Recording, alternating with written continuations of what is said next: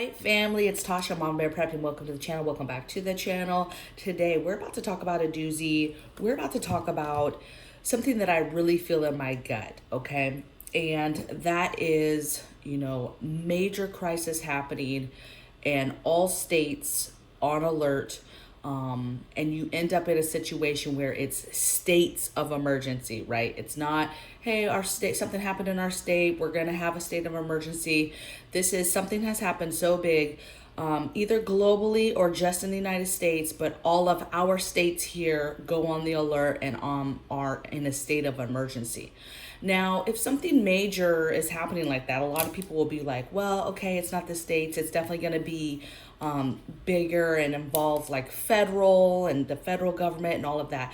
But I would venture to say that depending on how big it is, there's a lot of situations that the government is not going to help, right? Especially if it's think about this, it's in such a big scale event that it's impossible for them to help. They're going to be, if it's that big of a thing, they're going to be scrambling on all types of levels, okay? And so it is going to come down to your state. So today I'm going to go into some stuff that I feel in my gut could prompt this, right? Things that I think could lead to something like this, mass migration. I'm going to talk about the things that should concern you, right? Things you should be thinking about depending on where you live. I'm going to go over what you can expect and of course tips, things you can do to prepare, okay? So what I feel in my gut. I'm just going to rattle through these, you guys. So you have foreign conflict. That's a huge thing right now because that is something that we are facing directly and it's here and it doesn't seem to be going anywhere and it keeps escalating just a little bit, in my opinion. Every day this gets a little bit more and more, okay? Cyber attacks, blackouts, food crisis, storms, disease. I'm talking about major diseases, right? I'm talking about, I'm talking about pox. I'm talking about, yellow fever. I'm talking about like big diseases, okay? Diseases that kill majority of people, okay? Earthquakes. This is a huge one. Tsunamis, huge. And the reason why I say that is because, first of all, the East Coast was just freaking out even just, a month, 2 months ago, worried about, the volcanoes that had erupted would cause a tsunami. And they were talking about it and they were all concerned about it if they lived on the East Coast, anybody that was following that. For us on the West Coast, the big one, if you will, the things that we talk about we're on a fault line all the way up and down the coast, West Coast. And so something that people prepare for here on the West Coast is earthquakes, especially down south, but then also up here in the Pacific Northwest. We are, going to be hit by a big earthquake one day, and it will, invoke a tsunami, okay? You have people and tribes out here that have built and got money to have tsunami towers made, okay? But there's a lot of places on the coast that just doesn't have that stuff, okay? So there's a big majority of the West Coast that would be totally devastated, taken away, people displaced, people killed. It's not going to be a pretty sight. And it's not a matter of if it will happen. It's a matter of when it's going to happen. Like, it's going to happen. That's why it blows my mind, people that live right on the coastline. On any coastline, to me, I don't even know how you could do that, okay? I think way too much about all types of other things for me to ever do that. But that's a huge one. Let's see, homelessness, crime, economic collapse, food famine of food. It's going to be crazy. Water famine, certain states eventually in years to come running out of water, okay? So those are just some things in my gut that I feel like could happen, will happen. Some of them more than others. I think they all have their time and place when they kind of creep up on us. But when we talk about state of emergency, I would be talking about, yes, there's federal help, there's federal aid, but what does your state have in regards to homeland security? What does your state have as far as defense, as far as National Guard, the numbers of National Guard, the numbers of police, the number of nurses and hospitals and doctors, right? What does your state have for policies for disease and things? Now, this gets a little touchy because of what we've dealt with the last 2 years. I'm not so much talking about that, but I am talking about pandemic, real serious, not that this to take this away from serious, people have died, but I'm talking about serious diseases where 30% and up pass away once they get it. Okay, those are crazy numbers. Okay, but how would you guys deal with that? What's your nuclear war plan for your state? FEMA put out a big old report in December about nuclear, how to prepare for that and what to do. And it was like this big document. It pretty much said, hey, FEMA's not going to be involved. Federal government's not going to be involved. Okay. Trust me, those people are going into their bunkers and they're going to leave us all up here. It's kind of like while the rest of us die type of situation. Okay. So you're going to have to depend on yourself. But what does your state have in regards to emergency preparedness, and what is their plans for certain things? Get smart on those things, and it goes a little bit deeper too. When something major happens, it's going to be state of emergency, but that's going to go down, right? That's going to go down to what does that city have in place? What does that town have in place? Okay. What does that county have in place? So there's going to be different things, and everybody has different levels depending on their leadership there and what their community finds concerning and wants to work on. Okay. Like those communities that are fearful, that they want to plan for a tsunami. And so they ask for aid, they ask for money so that they could build these huge tsunami towers in their areas. And they don't have a lot of other resources, but it's a place that if something happens, those people can go up and get on that tower, if they can make it in time. All right. It's just one thing.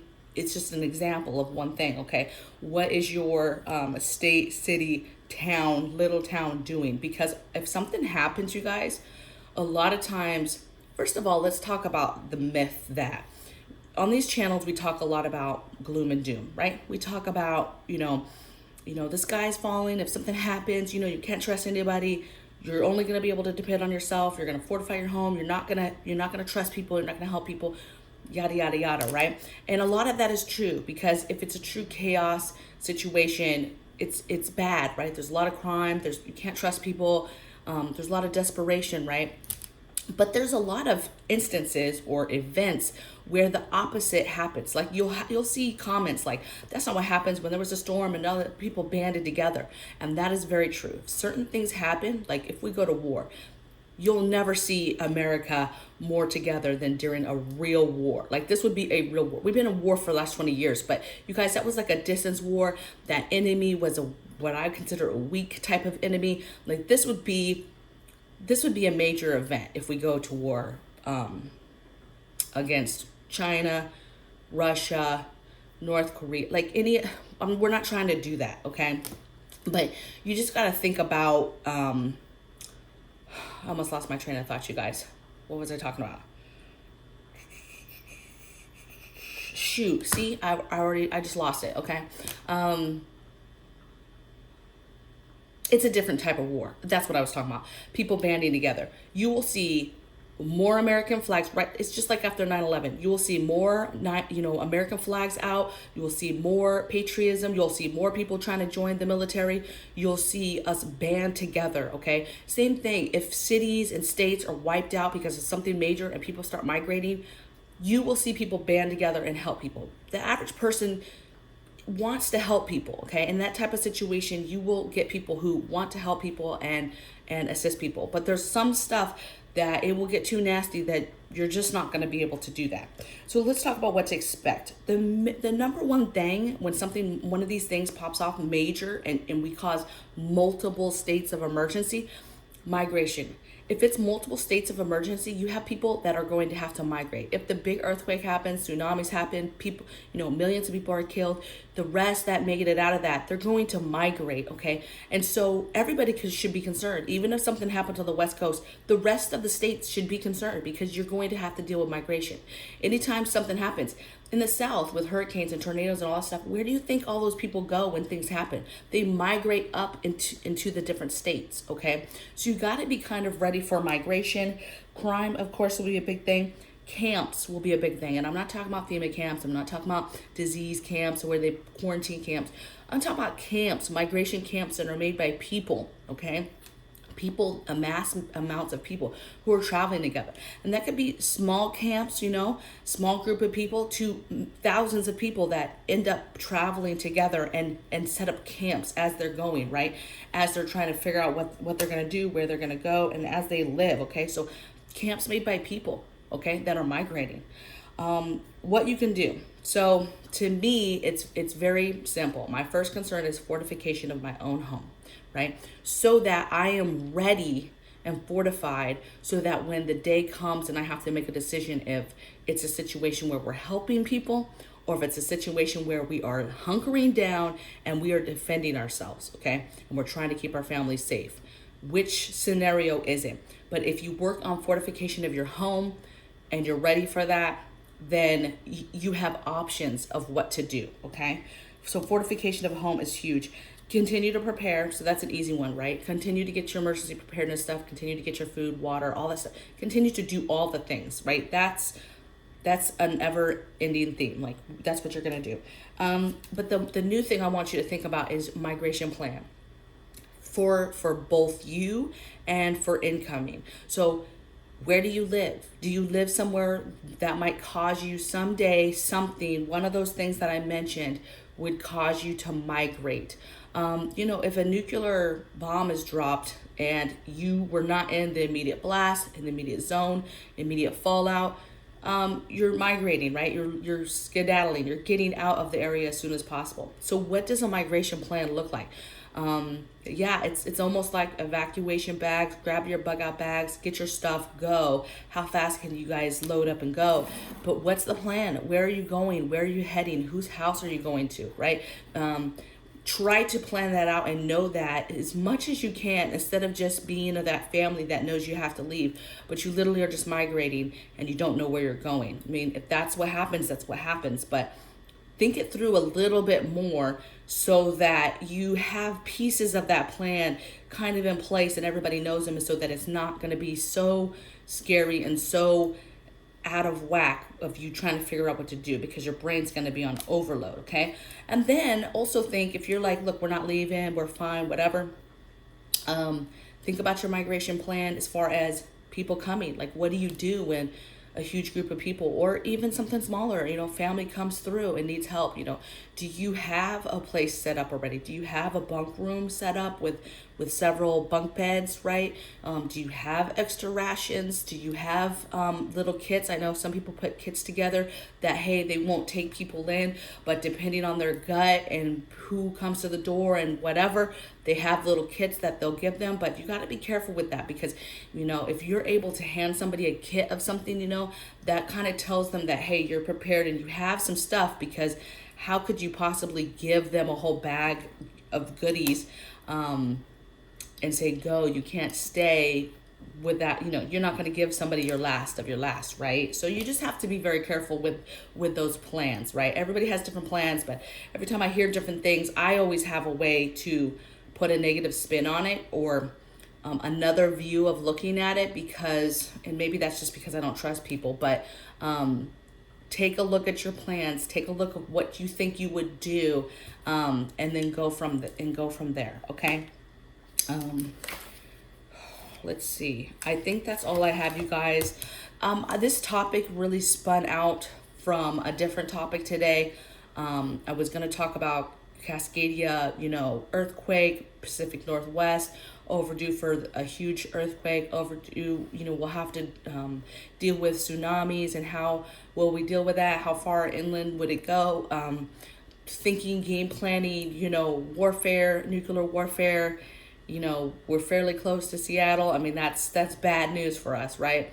So it just got my mind thinking, but then it spun into this whole other topic of just in general, states of emergency, multiple states of emergency. What does that end up doing? It ends up causing and having, depending on, if everybody's going through something, maybe people just hunker down because there's nowhere to go because everybody is dealing with it. But if only half the country is dealing with something, where do you think those people are going to migrate to? They're going to migrate to the good part of the country, okay, where it's safe or safer, okay? So just think about that, right? And states, and what states will do, if something's crazy, will states shut down and put up their own type of borders and say, hey, look, Nobody can come in, man. If you don't live here, you can't come into the state because we don't have enough resources for everybody, right? We don't want migration coming into this state, right? You're going to have to go around our state. So that's what I mean by, if something major happens and you have multiple states of emergency, what does that look like? How do you navigate through that if you're the one trying to navigate through it? And then how do you deal with people trying to navigate through that? Okay, so I hope this invokes a lot of thought across the board as far as different things to work on, different plans to work on. What would you do with different aspects of this topic? So I'm looking forward to the comments, and I'll see you guys tomorrow on the next video. Take care. Bye.